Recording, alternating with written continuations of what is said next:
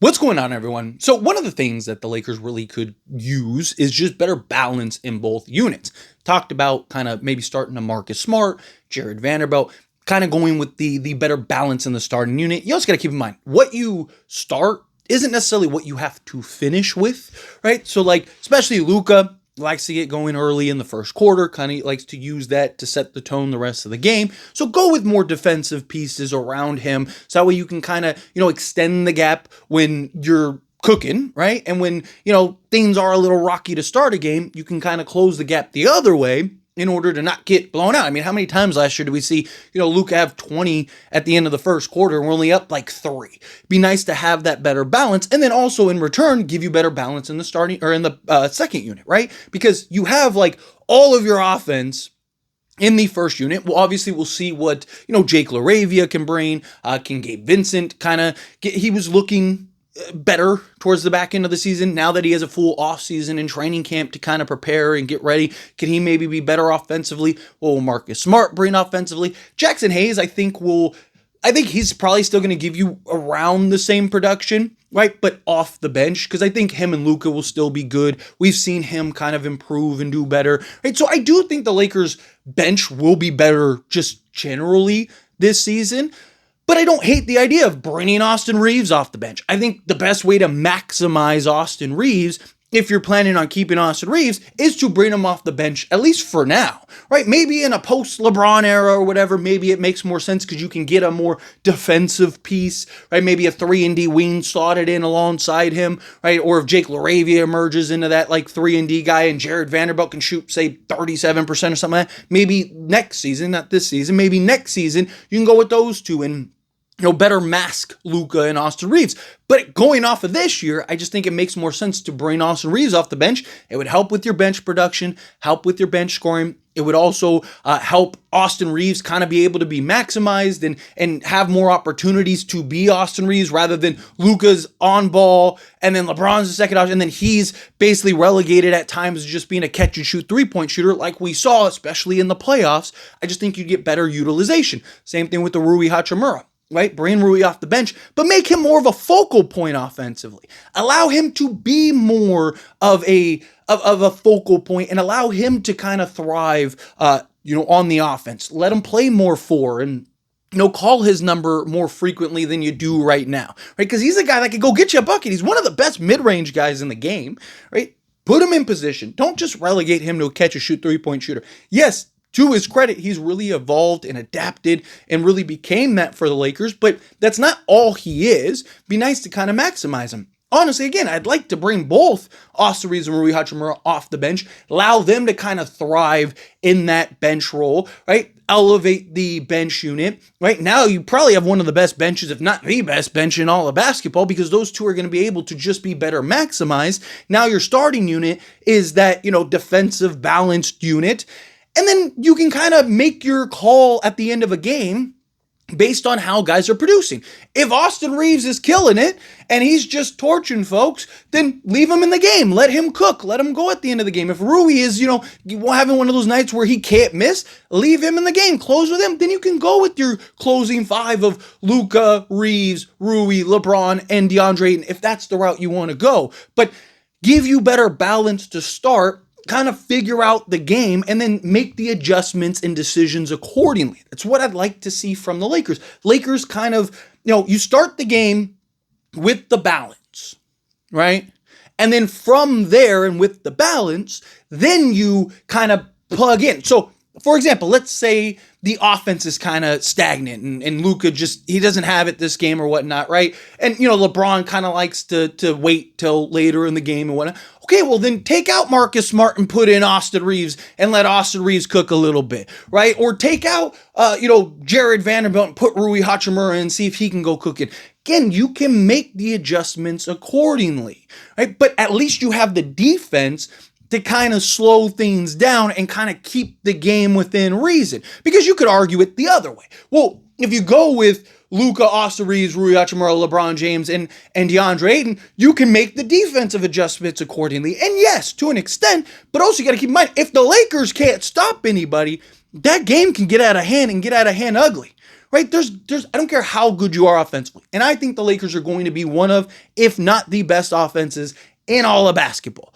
But even those offenses have bad nights, have rough nights, especially in the playoffs where things are tighter, right? The whistle dries up, right? And it becomes a lot more physical, right? Like you look at this situation, it's just, I look at the Lakers and I'm like, I'd rather have the better defensive balance, because if things start getting out of hand, at least you have the defense to kind of balance it out. So if the offense isn't cooking, at least you can generate some stops and then inject what you need to inject and whatnot. At least the game is tighter. Where if you go with the unit that, can't defend you and I, right? Like now all of a sudden it's like, if the offense isn't cooking, then now that gap starts to get pretty heavily. And now you're injecting defense, but you're losing the offense, but you already have the gap. All you're trying to do is just hopefully, kind of keep that gap from getting out of hand, rather than when you start the game with that defense, the gap is close enough. Now you inject your offensive pieces and see if you can kind of when it rains, it pours.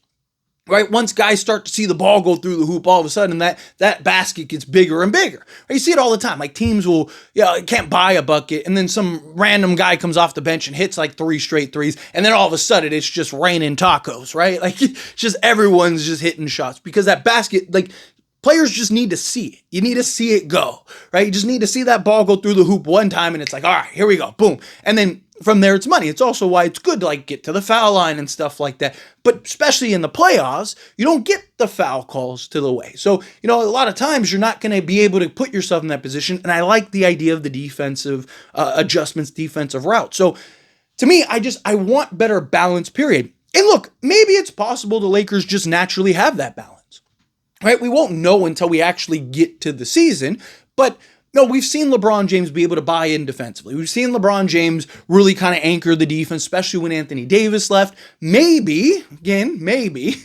if that were to happen, right? And then DeAndre Ayton, right? He's had great defensive seasons. And he himself has said he wants to be more of a defensive anchor. He wants to be a better shot blocker. He wants to buy in more defensively. Well, with LeBron James not having to handle all the workload, especially early on, DeAndre Ayton, everything's just going to be easier for him playing alongside LeBron and Luka and Reeves, right? Maybe that could help. I still would like the idea of putting in at least a Jared Vanderbilt or a Marcus Smart, but let's say you go Rui Hachimura. Rui, to his credit, was better defensively towards the back end of the season, right? He did kind of drop off in the playoffs. So during the regular season, he was like a 115 and some change, or I think it was 116.7. And then in the playoffs, he's a 119, right? So playoffs, he's actually one of the few bright spots for us in that Minnesota series, but defensively, he had his struggles with just the athleticism that Minnesota has. But to his credit, during the season, he was better defensively, especially towards the back end. At one point, he was like a 122 defense rate. It really kind of picked it up. Lakers went on that run where they were like the best defense for like 20 games, right? And we saw that. And that was with Jackson Hayes in the starting unit, right? DeAndre Ayton's better defensively than Jackson Hayes. So, there is a version of that. I'm not expecting them to be the best defense in basketball, but can they be good enough to where, it's okay, right? And the offense is just that. Like, if the starters are clear-cut, far and away the best offense in basketball, and they're like middle of the pack defensively, right, then they'll be fine. Like, I don't think it'll be a concern, right? But even then, I worry more about the playoffs than the regular season. You can outscore teams during the regular season. You can. There's teams that no matter what, like even on their best nights, aren't going to put up 120 points, right? We saw Sacramento do it a couple years ago where they had like a 121 offensive rating and just, they were the 2 seed because they just couldn't keep up. And then they got into the playoffs. And when that offense dries up, right, all of a sudden you can't stop people. It's my concern with the Lakers, right? Now, you do have the outliers like Denver who were 15th in defense during the regular season, second worst in the postseason, but they were just such a well-oiled machine offensively that teams weren't able to stop them, right? And even when they did go through droughts, they were so good offensively. I mean, as Laker fans, we saw it. Lakers are up 21 minute and down 8 the next, right? Because it's just like they just end up going. But also it didn't help the Lakers couldn't stop anybody, right? So Lakers, unless they are just like far and away the best offensive team, that's where my concerns lie.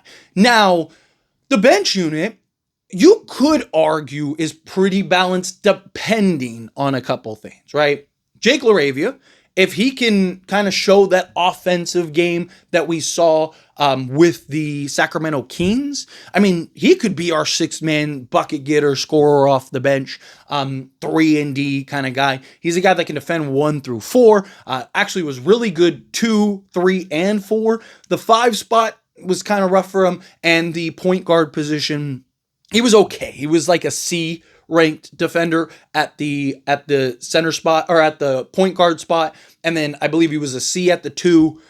He was an A plus at the 3, and then a B at the 4, and then a D at the 5. So he really struggled to defend the 5s, right? Which is understandable, right? He's not like Rui's got a good lower center of gravity, good strength, good physicality. He's better at defending the bigger guys. Jake LaRavia is better at defending the more athletic, quicker, twitchier guys. So he could solve a lot of that 3-and-D issue and struggle. Jared Vanderbilt, we're finally going to get to see what he looks like after 2 off seasons, right?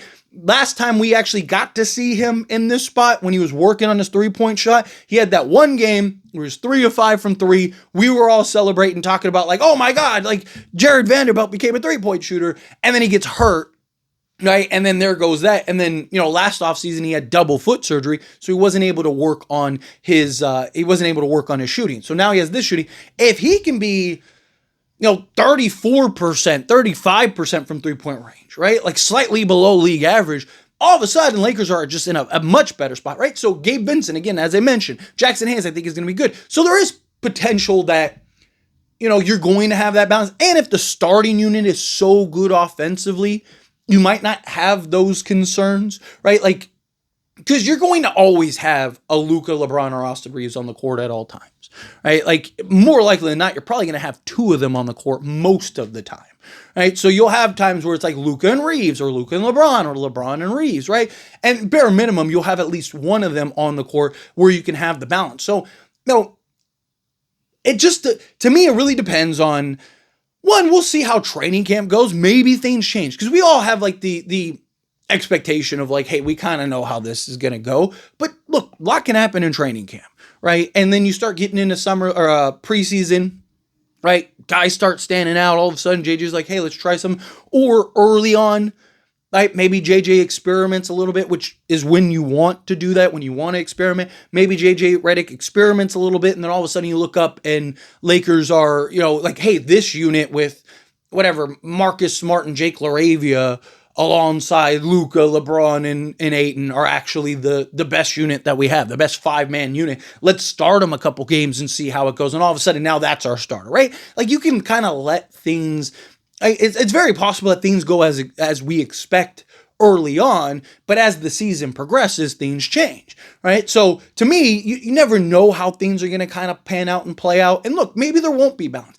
I think the defense of concerns is a little overblown, right? I understand the concerns. I have some of the same concerns myself, but I think people are acting like the Lakers are going to be the worst defensive team in basketball. Like, I don't think that's the case. Lakers got some really good defensive pieces.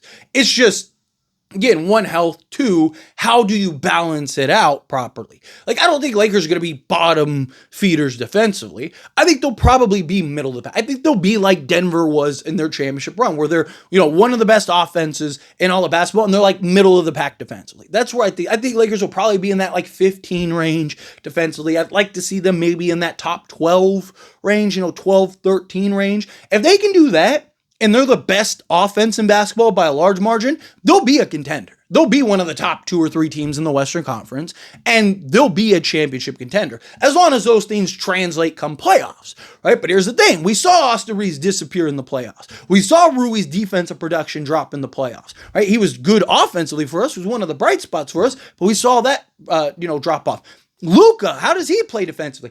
Look, say what you want about Luka. He's been killing it over in Eurobasket defensively. Now, Eurobasket's not the NBA and the athletes and stuff, but still, it's a good sign that he's buying in defensively, he's switching on to defenders, he's staying in front of guys, he's moving his feet well, right? He looks more mobile, he looks more athletic. I mean, even his teammates have said the same, right? So just something to kind of keep in mind there. And then Austin Reeves, he's been serviceable, right? I'm the first one to criticize Austin Reeves and be like, hey, we should trade him, but he's had serviceable and been serviceable defensively, right? Not great, not elite, but he's been good defensively, right? If he could just be that, then we good. Like if Luka Doncic and Austin Reeves could just be serviceable and not get torched every possession. Rui Hachimura, same thing. LeBron James kind of anchors everything, and DeAndre Ayton can actually have, like a Phoenix Suns level defensive season. Then I don't think that the starters will be as bad as we anticipate, right? But I still would like that better balance.